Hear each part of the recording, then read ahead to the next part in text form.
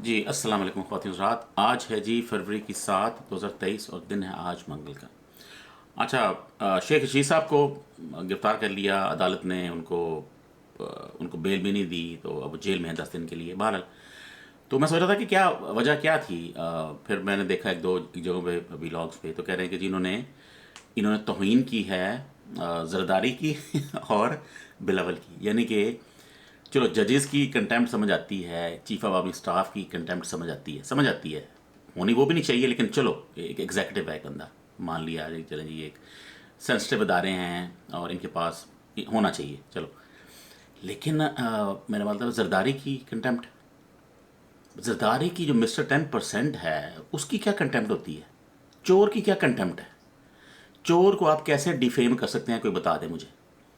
और बिल्लो रानी, वो ट्रांसजेंडर नुमा खुसरा, जिसको राना सनाउल्लाह ने कहा था कि इसका ऑपरेशन करवाएं, तो ये तो इसकी जिन्स का नहीं पता, जिन्स क्या है इसकी, चलें वो जाने, उसका काम जाने।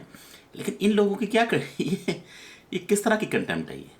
मतलब पाकिस्तान को आपने क्या बना क्या दिया है इन जाहिलों ने? जो भी ये लॉ बना रहा है, जो भी गधा बैठा हुआ है इसके कंट्रोल में।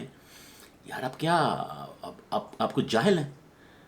मतलब आप कोई बेवकूफ़ लोग हैं आप। यानी कि आपने पकड़ लिया कि उन्होंने जरदारी और बिलावल की कंटेम्प्ट की है। कल को आप कहेंगे उन्होंने जरदारी के गार्ड की कंटेम्प्ट की है, उन्होंने जरदारी के ड्राइवर की कंटेम्प्ट कर दी है, वो जो छोटी नीचे जो है उसकी कंटेम्प्ट हो गई है, मरीम के बेटे की कंटेम्प्ट हो गई है।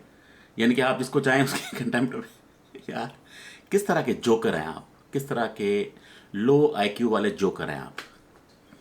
मतलब आपने एक बंदे को पकड़ लिया, पकड़ा इस बेस पे है कि उसने एक आम बंदे की, एक जो एस्टैब्लिश चोर है, यानी कि इंटरनेशनल मीडिया पे चोर डिक्लेयर्ड है, मिस्टर 10%, किताबें लिखी हैं लोगों ने, रेफरेंस दिए हैं, कहानियाँ हैं, सबको पता है, उसकी कंटेम्प्ट हो गई है। तो आपने शेख रशीद को पकड़ लिया। यार, अल्लाह की शान है, कैसे कैसे कौन कौन किस तरह के गधे बैठे हैं ऐसी पोजीशंस पे जिनके पास ये पावर है।